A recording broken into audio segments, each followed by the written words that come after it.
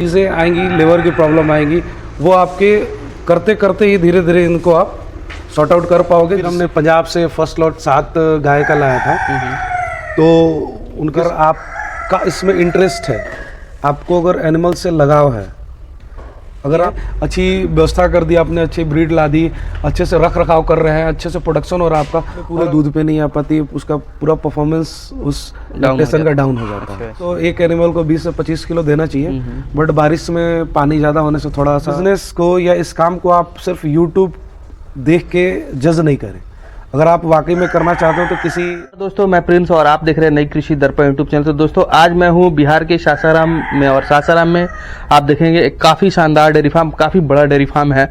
और यहाँ का मैनेजमेंट कैसे होता है, तो सबसे से बात करूंगा और पूरी की पूरी डिटेल्स लूंगा कि किस तरीके से यह फार्म अभी चल रहा है, किस स्थिति में, हर एक चीज़ हम वीडियो में जानेंगे। तो मैं आपसे रिक्वेस्ट करूंगा कि आप हमारे चैनल पर नए तो प्लीज़ सब्सक्राइब कर लीजिएगा, साथ में बेल आइकन का बटन को प्रेस करिए ताकि जब भी मैं इस तरह का वीडियो बनाऊं तो सबसे पहले अपडेट आप ही को मिले। तो आइए मैं यहाँ के ऑनर से बात कर रहा था और पूरी जानकारी। नमस्कार सर, स्वागत है हमारा इस यूट्यूब चैनल पर। नमस्कार जी। सबसे पहले आप अपना परिचय बता देंगे और ये फार्म आपका कहाँ पर है ये बता देंगे सर। मेरा नाम राजीव कुमार सिंह है जी जी। और हमारा फार्म ये सासाराम के टोल प्लाजा के पास मलवार जगह है। अच्छा अच्छा, यहीं पे ही है।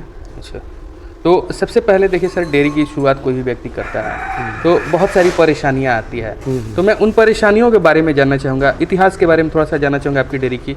आप ये थोड़ा सा बताएंगे सबसे पहले। डेयरी चाहे आप जब भी स्टार्ट करते हो, क्योंकि आप एक दिमाग में अपनी सोच कायम करते हो फिर बिजनेस स्टार्ट करते हो, लेकिन जब आप प्रैक्टिकल के लिए आते हो तो आपको रोज़ एक नया चैलेंज आएगा। मवेशी का उसमें हेल्थ का इशू होता है, उनके फीड का इशू होता है, उनके मैनेजमेंट का इशू होता है, आप मार्केट में दूध कहाँ सेल करेंगे इसका इशू होता है। तो ये सारी चीज़ें आएंगी, लेबर की प्रॉब्लम आएंगी, वो आपके करते करते ही धीरे धीरे इनको आप सॉर्ट आउट कर पाओगे, जिससे कि आपका एक स्मूथ प्रोसेस बनेगा, जिससे आप डेयरी फार्म को नॉर्मली चला सकते हैं। जी, तो सबसे पहले मेरा सवाल रहेगा, जो आपका ये शेड है सर, क्या डेयरी की शुरुआत में ही आपने ये शेड बनवा रखा था या उसके पहले से ही मतलब बना रखा था या नहीं, पहले हमने शेड बनाया हुआ था, क्योंकि यहाँ से पहले हम लोग घर पे 10-12 मवेशी रखते थे रेगुलर। अच्छा। तो फिर लगा कि बड़ा करना है, तो इस हिसाब से फिर हमने इस शेड को डेवलप किया। अच्छा अच्छा। और शेड वगैरह रेडी हो गया, इनके सब चीज़ का, खिलाने का, पानी का, इनके घूमने का, ये सारा व्यवस्था जब पूर्ण रूप से तैयार हो गया, अच्छा अच्छा, फिर हमने ये उसके बाद यहाँ पे कैटल को शिफ्ट किया। तो ये जो आपका स्ट्रक्चर है सर, जानना चाहेंगे थोड़ा सा इसका आप लेंथ और ब्रेड्थ बता दीजिएगा कितना है, जो एरिया आपका है। ये कवर्ड एरिया जो है 120 फीट लंबा है। अच्छा अच्छा। और 45 फीट इसकी चौड़ाई है। अच्छा। जिसमें कि दोनों साइड हम मवेशी को रखते हैं, बीच में रास्ता होता है, जी जी।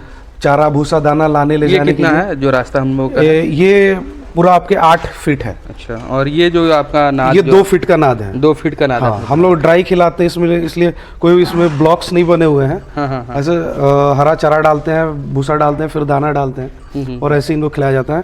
यहाँ पानी की व्यवस्था की गई है। अच्छा अच्छा, जो कि 24 आवर्स ये ऑटो फिल होता रहेगा।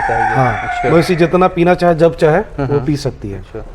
तो अब हम थोड़ा सा आपके डेयरी के इतिहास के बारे में, कि शुरुआत किस परिस्थिति में हुई थी और शुरुआती दौर में क्या परेशानी आई थी, आप ये थोड़ा सा बताएंगे सर। शुरुआत तो जैसे मैंने बताया कि हमने पहले घर के मवेशी से स्टार्ट किया था। 10 मवेशी हम लोग 8-10 साल से रखे हुए थे, तो उनको यहाँ पे शिफ्ट किया। और उसके बाद जब वो 1-2 महीने में स्टेबल हो गई, फिर हमने प्लान किया कि कुछ हाई यील्ड वाली एनिमल्स बाहर से हम लोग लाया जाए। तो फिर हमने पंजाब से फर्स्ट लॉट 7 गाय का लाया था।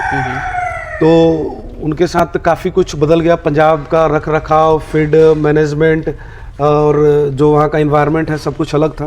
तो इनिशियली बहुत परेशानी हुई उनको हैंडल करने में, लेकिन हमने ज़्यादातर प्रयास किया कि उनके फीड को बिल्कुल सेम टू सेम रखा जाए। जिसके लिए हमने वहाँ से साइलेज, वो जो रेगुलर फीड खाती थी वो फीड, ये सारी चीज़ें मंगाई और उनके लिए ये खुला घूमने का व्यवस्था कराया, क्योंकि जनरली वहाँ पे मवेशी जो है बांध के नहीं रखी जाती है। तो उसके बाद एक आध वीक में थोड़ा वो स्टेबल होने लगी, जैसे उनको लगा कि नहीं, ये जाना पहचाना जैसा है या कुछ वैसा ही व्यवस्था है, तो उनको ज़्यादा परेशानी नहीं हुई। और उसके बाद धीरे धीरे वो खाना पीना स्टार्ट की, फिर वो चलने लगी।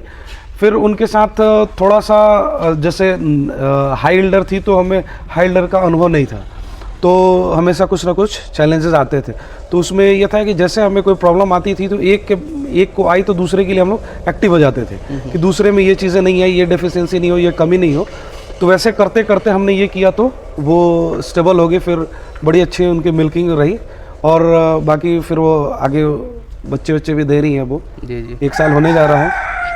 तो अभी जो मैं जानना चाहता हूँ, जैसे एक डेयरी जो है, डेयरी फार्मिंग कैसा बिजनेस है और किन लोगों के लिए है, थोड़ा सा ये भी एक समझाएंगे सर, क्योंकि बहुत ज़रूरी है ये चीज़ जानना। डेयरी फार्मिंग एक अच्छा बिजनेस है और अगर आपका इसमें इंटरेस्ट है, आपको अगर एनिमल से लगाव है, अगर आप इमोशनली इनसे जुड़ रहे हैं तो ये बिज़नेस आपके लिए बहुत अच्छा है। अगर आप सोचें कि हम सिर्फ पैसे से कर लें या फिर स्टाफ के भरोसे कर लें तो थोड़ा ये मुश्किल हो जाता है, क्योंकि आपके देखने की जो नज़र होगी, आपका जो ऑब्जर्वेशन होगा, वो बाकी लोगों से आप एक्सपेक्ट नहीं कर सकते हो। जी जी जी। और उसको उसके मतलब जो उसकी कमियां हैं या जो उसके सुधार है, आप जो एक्शन लोगे वो दूसरा नहीं कर सकता है। तो इसमें सबसे बड़ी चीज़ है कि अगर आप 24 आवर्स इनके साथ अवेलेबल हो, इनको समय दे सकते हो, तो ये बिज़नेस आप अच्छा चला लोगे, बहुत बढ़िया रहेगा आपके लिए। दूसरी चीज़, आपको इनके साथ दिलचस्पी होनी चाहिए। अच्छा। हाँ, तो क्या होगा कि आप जितने इन मवेशी से जुड़े रहोगे, आप उनके नेचर से उतने वाकिफ़ रहोगे। फिर आपको इनको संभालना, इनको खिलाना, इनका दूध निकालना, आगे के लिए इनको तैयार करना आपके लिए आसान हो जाएगा। और डेयरी फार्मिंग के लिए सबसे बड़ा चैलेंज हो जाता है मार्केट। अगर आपके पास अच्छा मार्केट नहीं है, अच्छी व्यवस्था कर दी आपने, अच्छी ब्रीड ला दी, अच्छे से रख रखाव कर रहे हैं, अच्छे से प्रोडक्शन हो रहा है आपका, और अगर आपके पास मार्केट अच्छा नहीं है, तो फिर आपके लिए एक बहुत मेजर चैलेंज हो जाता है कि भाई अब दूध करें क्या हम। जी। और ये ऐसी चीज़ है कि इसको आज के बजाय कल आप यूज़ नहीं कर सकते हो।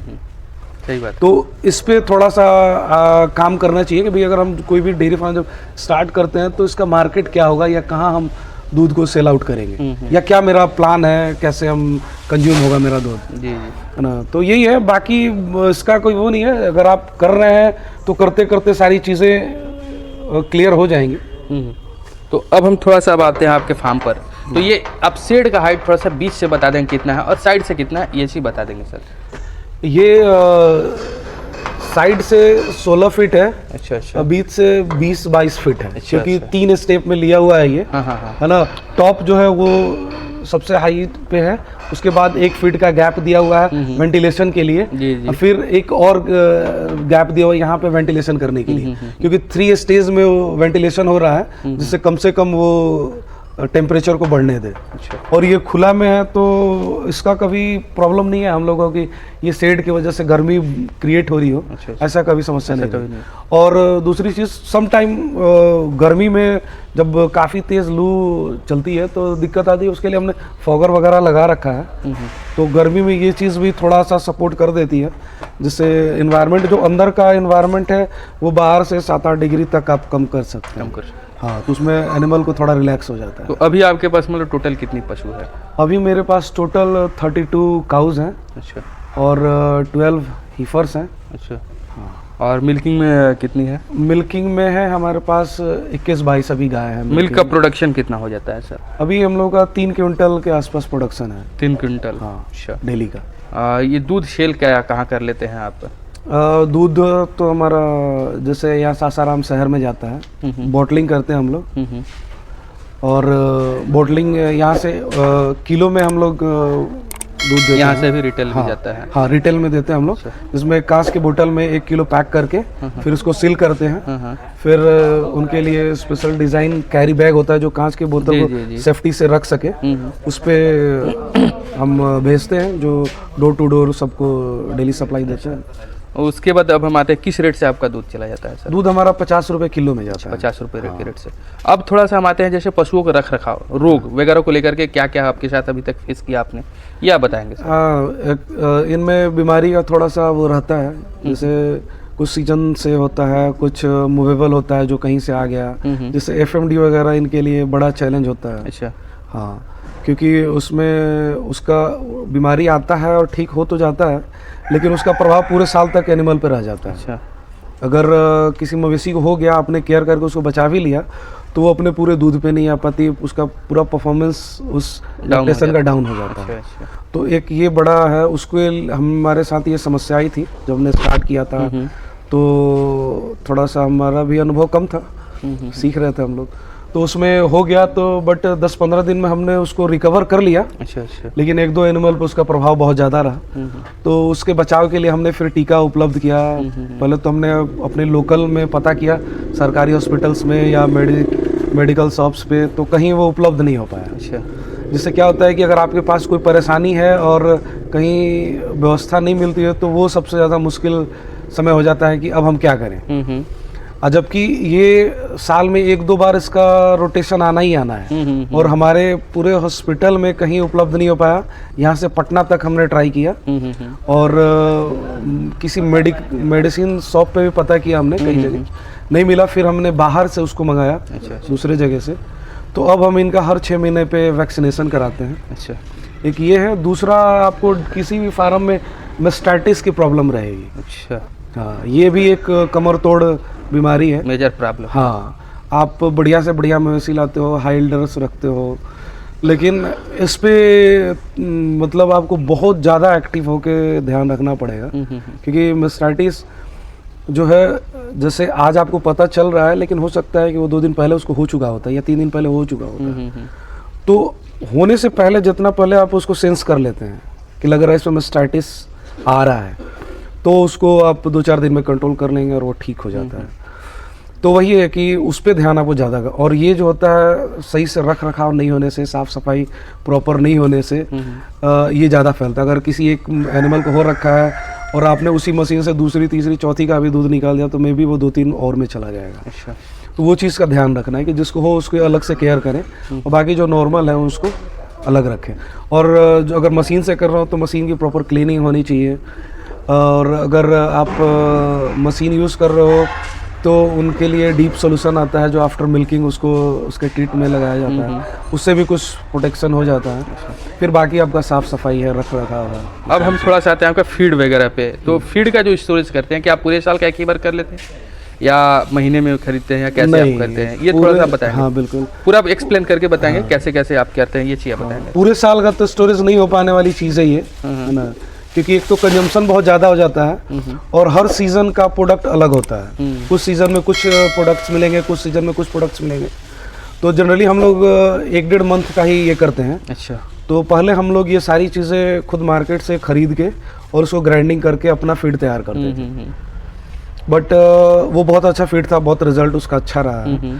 फिर क्या होता है कि बरसात में एक हमारे मौसम में ह्यूमिडिटी इतनी ज़्यादा होती है इस क्षेत्र में कि हर चीज़ में नमी आ जाता है, तो हमारा जो फीड होता है उसमें फंगस लगने के चांसेस बढ़ जाते हैं। तो हमने फिर क्या किया कि उस फीड को उस टाइम के लिए रोक दिया। फिर अभी एक शीतल फीड है जिसको हम लोग यूज़ कर रहे हैं। अच्छा अच्छा। उसका रिज़ल्ट अच्छा है। अच्छा। कोई ज़्यादा फ़र्क नहीं दिखा हम लोग को, तो उसको हम लोग खिला रहे हैं, वो बढ़िया है, और वो हमारा महीने के हिसाब से चलता है। कितना कितना फीड मतलब देते होंगे, क्या क्या देते हैं पशुओं को, अपना थोड़ा सा ये बताएंगे। फीड में हम लोग हरा चारा देते हैं, हरा भूसा चारा देते कितना हैं। देते हैं? हरा चारा वैसे तो एक एनिमल को 20 से 25 किलो देना चाहिए, बट बारिश में पानी ज़्यादा होने से थोड़ा सा प्रोडक्शन उसका कम हो जाता है। अच्छा। तो कम हो जाता है, बट 20 किलो आप एवरेज दे रहे हैं तो बहुत अच्छा दे रहे हैं। उसके बाद फीड और भूसा 1-2 किलो दे सकते हैं उसमें आप। अच्छा अच्छा। फीड अगर मिल्किंग पे काऊ है तो 400 ग्राम पर लीटर पे उसका कैलकुलेशन निकालना है। और नॉर्मल एनिमल है तो बॉडी मेंटेनेंस के लिए 1 kg। अगर बड़ी काऊ है, हैवी वेट में है, तो उसको आप 1.5 से 2 किलो बॉडी मेंटेनेंस के लिए दे सकते हैं। और उसके बाद मिनरल मिक्सचर देते हैं हम लोग, और मीठा सोडा, नमक वगैरह ये सारी चीज़ें देते हैं इस तरीके से। और कुछ एनिमल है जैसे जिसमें लग रहा है कि ज़्यादा डेफिशिएंसी हो रहा है या ज़्यादा कमज़ोर होती जा रही मिल्किंग से, तो उसको कैल्शियम वगैरह भी यूज़ किया जाता है। वो एनिमल टू एनिमल डिपेंड करता है। जी जी बिल्कुल, कोई एक प्रिंसिपल नहीं है जिसपे आप सारा चीज़ कर लें। सही बात है। चलिए सर, एक चीज़ और जानना चाहते हैं अब अंत में, जो मिल्किंग आप करते हैं मशीन से करते हैं, बाई हैंड होता है? नहीं, एक्चुअली हमारे पास हाई इल्डर एनिमल्स हैं तो वो हमें मशीन से ही करना होता है। अच्छा। क्योंकि मिल्किंग में भी एक चीज़ ध्यान रखना होता है कि जब गाय का दूध निकालने जाते हैं और पूरा दूध जब वो छोड़ती है तो 5-6-7 मिनट में मैक्सिमम दूध उसका मतलब वो मिल्किंग हो जानी चाहिए। अगर हम लोग मैनुअल मिल्किंग करते हैं तो उस टाइम तक में नहीं हो पाता है, क्योंकि जिस गाय को 12 किलो 15 किलो दूध निकालना हो तो हाथ से पॉसिबल नहीं हो पाता, तो उसके लिए हम लोग मशीन वाला यूज़ करते हैं। अच्छा। लेकिन जो गाय ड्राई पे आ जाती है 2 किलो 4 किलो 5 किलो दूध करती है, उसको हम लोग फिर हाथ पे ये करते हैं, अच्छा, हाँ, क्योंकि फिर उतना खोलना कसना और ये टाइम लग जाता है। तो मशीन किस तरह का आप इस्तेमाल करते हैं सर, ये भी थोड़ा मशीन हमारे पास जैसे एक तो एक ये तो देख फिक्स रहे हो, वाला है। पाइपलाइन वाला है, जी, फिक्स जी, वाला, हाँ, 3 बकेट का है। हाँ हाँ तो एक तो ये यूज करते हैं, हाँ हाँ। और बढ़िया है, बहुत अच्छा है। नए पशुपालक भाई के लिए क्या कहना चाहेंगे, डेयरी फार्म कैसे करनी चाहिए, थोड़ा सा ये आप गाइड करेंगे, क्योंकि आप अपना अनुभव को बताइए हाँ। कैसे आपने की। जो डेयरी फार्मर है या पशुपालक है, उनके लिए मैं यही कहूँगा कि इस बिज़नेस को या इस काम को आप सिर्फ यूट्यूब देख के जज नहीं करें। अगर आप वाकई में करना चाहते हो तो किसी नज़दीक के फार्म पे जाएं, वहाँ प्रैक्टिकल अनुभव लें, और उसके बाद फिर जो भी पैरामीटर्स हैं इसके, मतलब मेन पावर की, उसके फीड की, उसके मैनेजमेंट की, वो सारी चीज़ अपनी अकॉर्डिंग देख लें कि आप कितना करने के कैपेबल हैं। उस हिसाब से डिसीजन लें और उस हिसाब से स्टार्ट करें, और इसको छोटे स्तर से शुरू करें, बहुत ज़्यादा बड़ा करने के उसमें आप नहीं जाएं। और बाकी इसके लिए मीडिया है जिसमें बहुत सारी इन्फॉर्मेशन आपको मिलते रहती है, बट आपको करना खुद ही है। उधर से आप इन्फॉर्मेशन ले सकते हैं, बट आपको अपने अनुभव से उसको यूज़ करना जी, जी, है। बिल्कुल। तो आपका अनुभव बहुत ज़रूरी है। तो इसमें आप कोशिश करें कि ज़्यादा से ज़्यादा सीखें, पहले जानकारी लें, उसके बाद इसको स्टार्ट करें। चलिए सर, काफ़ी अच्छी आपने जानकारी दी, इसके लिए आपको तहे दिल से शुक्रिया। Thank you sir.